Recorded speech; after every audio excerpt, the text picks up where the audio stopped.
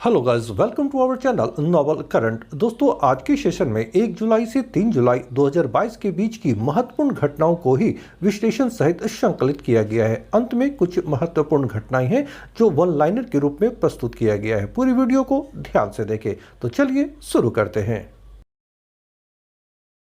Ketanji brown Jackson निम्नलिखित में से किस देश के सुप्रीम कोर्ट की पहली अश्वेत महिला जज बनी है? आंसर है ऑप्शन बी, अमेरिका। अमेरिका में Ketanji brown Jackson supreme court की पहली अश्वेत महिला जज बन गई हैं। जी हाँ, ब्लैक वुमन। अमेरिका के इतिहास में यह पहला अवसर है जब कोई अश्वेत महिला देश की सर्वोच्च अदालत की न्यायाधीश बनी है। अमेरिकी राष्ट्रपति जो बाइडेन ने इस साल फरवरी में केतनजी ब्राउन जैक्सन को सुप्रीम कोर्ट के लिए मनोनीत किया था। ध्यान रहे कि इस घोषणा के साथ ही जो बाइडेन ने अपने उस चुनावी वायदे को भी पूरा किया है जिसमें उन्होंने देश के सुप्रीम कोर्ट में अश्वेत महिला को भेजने की बात कही थी। संयुक्त राज्य अमेरिका में 1789 के बाद से अब तक केवल 2 अश्वेत व्यक्ति ही सर्वोच्च न्यायालय में न्यायाधीश बन सके हैं। ये हैं क्लेरेंस थॉमस और दूसरे हैं थरगुड मार्शल। दोस्तों, केतनजी ब्राउन जैक्सन अमेरिका की सुप्रीम कोर्ट की 6ठी महिला न्यायाधीश भी हैं। अब तक इनसे पहले 5 महिला न्यायाधीश वहां बनी हैं। ये 6ठी महिला न्यायाधीश हैं सुप्रीम कोर्ट की यूएसए में। इससे पहले केतनजी ब्राउन जैक्सन संघीय अपीली अदालत में जज के पद पर मौजूद थीं। संघीय अदालत में न्यायाधीश के तौर पर काम करने का उन्हें 9 साल का अनुभव है।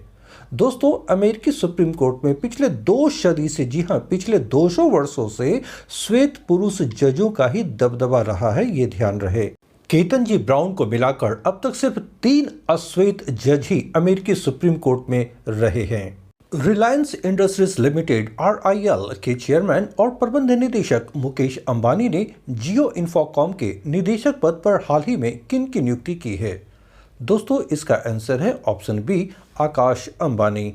रिलायंस इंडस्ट्रीज लिमिटेड अर्थात RIL के चेयरमैन और प्रबंध निदेशक मुकेश अंबानी ने जियो इन्फोकॉम के निदेशक पद से इस्तीफा दे दिया है। दोस्तों, अब उन्होंने अपने पुत्र आकाश अंबानी को जियो इन्फोकॉम का नया चेयरमैन नियुक्त किया है। जियो इन्फोकॉम मुख्य कंपनी जियो प्लेटफॉर्म की ही सब्सिडियरी कंपनी है। दोस्तों, बोर्ड ऑफ डायरेक्टर्स की 27 जून 2022 को एक बैठक हुई थी और इस बैठक में ही आकाश अंबानी के नाम पर मुहर लगाई गई थी। आकाश अंबानी इससे पहले बोर्ड में नॉन एग्जीक्यूटिव डायरेक्टर के पद पर कार्यरत थे। जियो के 4G इकोसिस्टम को खड़ा करने का मुख्य श्रेय आकाश अंबानी को ही दिया जाता है। विश्व भर की बड़ी टेक कंपनियों ने 2020 में जियो में निवेश किया था। दोस्तों, आकाश अंबानी की जो पढ़ाई है, उन्होंने ब्राउन यूनिवर्सिटी USA जो रोडे आइलैंड में मौजूद है, वहां से उन्होंने अर्थशास्त्र में स्नातक किया है। रिलायंस जियो वर्तमान में देश की सबसे बड़ी टेलीकॉम कंपनी है। इस कंपनी ने वर्ष 2021-22 की चौथी तिमाही में 4,171 करोड़ रुपए नेट प्रॉफिट घोषित किया था और कंपनी का रेवेन्यू 20.4% बढ़कर 17,358 करोड़ रुपए से 20,901 करोड़ रुपए हो गया है। एकनाथ शिंदे ने हाल ही में किस राज्य के मुख्यमंत्री के रूप में शपथ ली है? आंसर है ऑप्शन ए, महाराष्ट्र। महाराष्ट्र के नए मुख्यमंत्री के रूप में शिवसेना नेता एकनाथ शिंदे ने शपथ ले ली है। दोस्तों, महाराष्ट्र के राज्यपाल भगत सिंह कोश्यारी ने एकनाथ शिंदे को मुख्यमंत्री पद और गोपनीयता की शपथ दिलाई है। भारतीय जनता पार्टी के नेता देवेंद्र फडणवीस ने उप मुख्यमंत्री पद की शपथ ग्रहण की है। दोस्तों, बीते दिनों 29 जून 2022 को उद्धव ठाकरे ने मुख्यमंत्री पद से इस्तीफा दे दिया था। इसके पश्चात बीजेपी के नेता और पूर्व मुख्यमंत्री देवेंद्र फडणवीस तथा एकनाथ शिंदे ने राजभवन जाकर राज्यपाल के सामने सरकार बनाने का दावा पेश किया था। दोस्तों, आइए नए मुख्यमंत्री एकनाथ शिंदे के संबंध में जानकारी हासिल करते हैं। एकनाथ शिंदे का जन्म 4 फरवरी 1964 को सतारा में हुआ था। वो बचपन में ही ठाणे चले गए थे सतारा से, किसान परिवार में जन्मे एकनाथ शिंदे की पढ़ाई आर्थिक कारणों के कारण पूरी नहीं हो पाई थी और मात्र 18 साल की उम्र में उन्होंने शिवसेना ज्वाइन कर ली थी।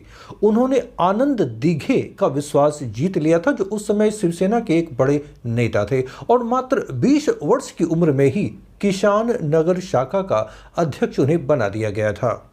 लगभग 1.5 दशक तक शिवसेना कार्यकर्ता के रूप में काम करने के बाद 1997 में शिंदे ने चुनावी राजनीति में कदम रखा।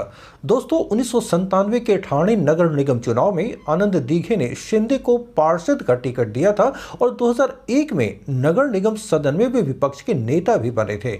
दोबारा 2002 में भी वे निगम पार्षद बने थे। 2001 में इनके राजनीतिक गुरु आनंद दीघे का निधन हो गया था और इसके बाद ठाणे की राजनीति में शिंदे की पकड़ और मजबूत होने लगी।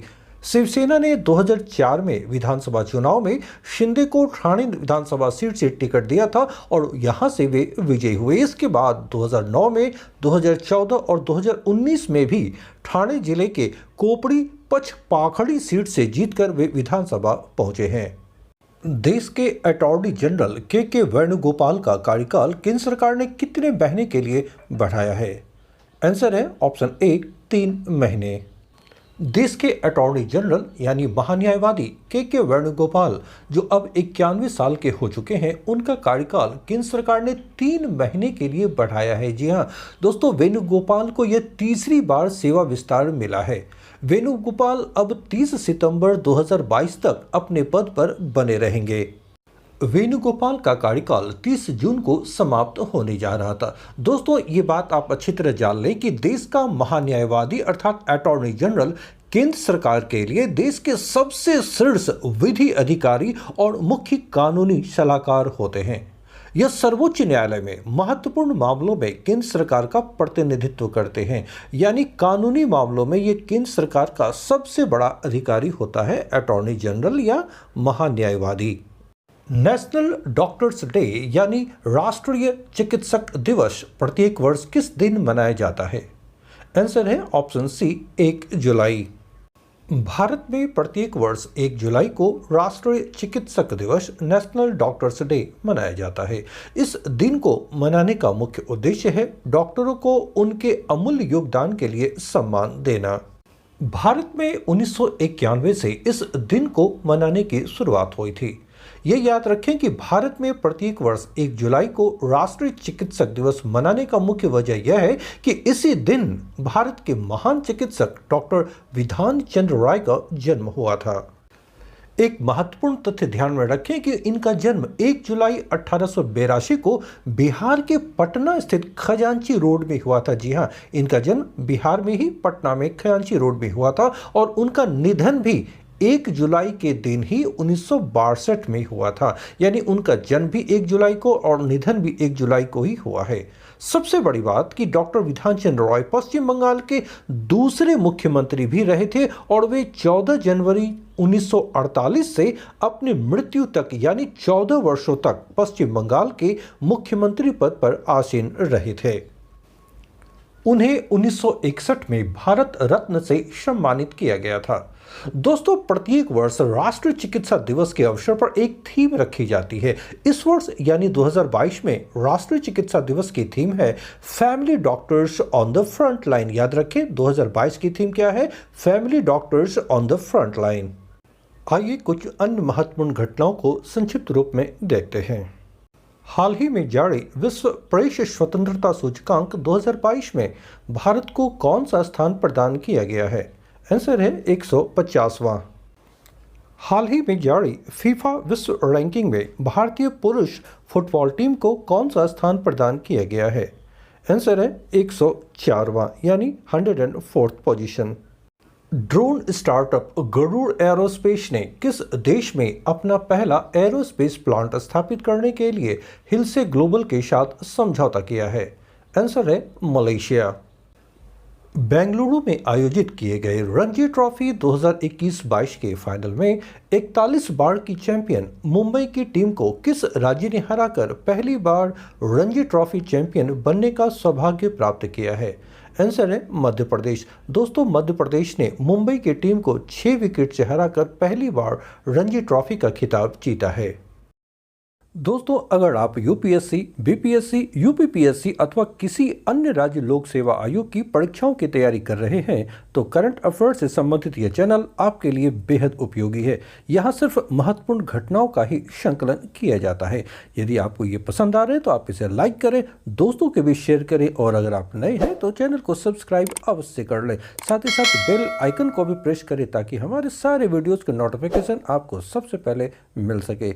मिलता हूँ नेक्स्ट सेशन में शीघ्र ही। Till then, bye.